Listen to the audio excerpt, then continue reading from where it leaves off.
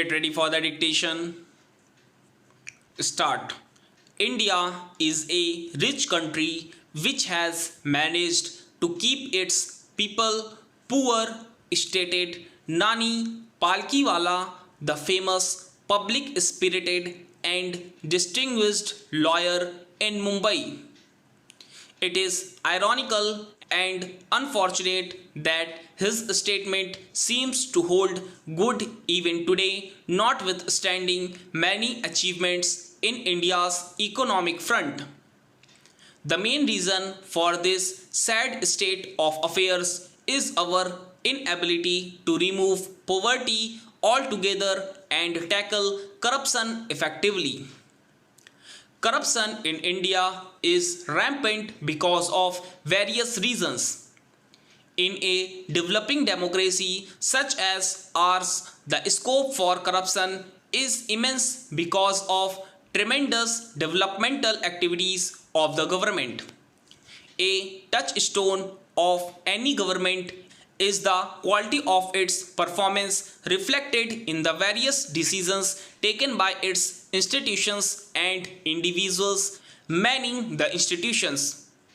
In order to ensure right and good governance, it is necessary for the government to be open, accountable, accessible, transparent, sensitive, fair and proactive. A government that is not fair, sensitive and transparent is bound to be prone to corruption. Unfortunately, our track record in India in ensuring such corruption-free governance cannot be said to be satisfactory.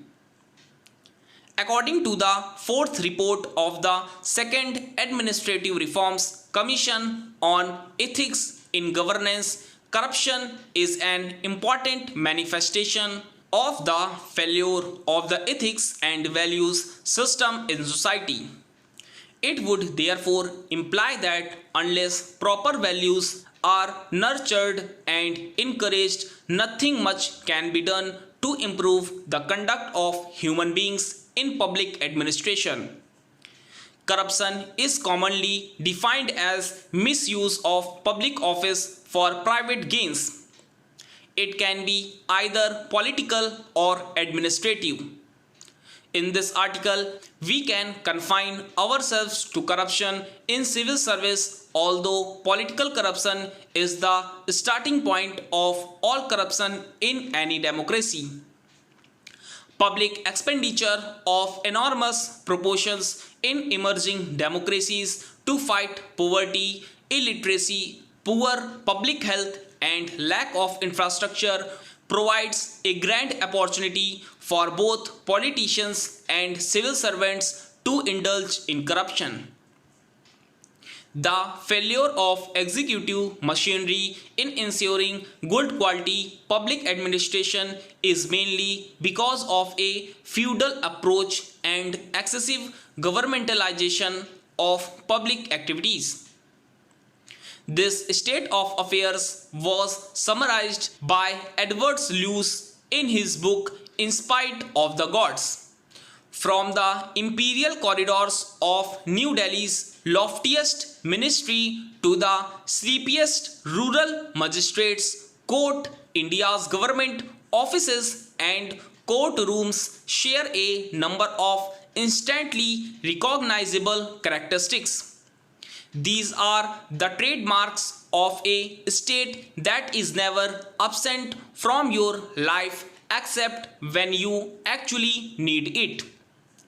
If you were to access India's economic situation by walking through its corridors of power, it would be impossible to guess the country was undergoing a software revolution. Instead of computers, you have armies of men shuffling paper. Instead of vacuum cleaners, you have lower caste sweepers carefully redistributing the dust beneath your feet. As a substitute for a specific appointment, you are told just come, yes, but at what time? Don't worry, just come. In place of waiting rooms, you have queues of supplicants spilling over into the corridors and the courtyards outside, each hoping to snatch a moment with the VIP whose mere word or signature can put an end to 100 sleepless nights and 1,000 wasted phone calls. Instead of servants, civil or otherwise, you have masters. The second factor contributing to corruption thriving in the country is the over-centralized administrative system both at the center and the state. The main reason for this archaic and outdated administrative system is partly due to legacy of the colonial rule and also due to inadequate leadership in assuring new administrative system. There is therefore an urgent need to review and simplify the laws and the rules so as to decentralize decision making with proper monitoring, checks and balances. Stop.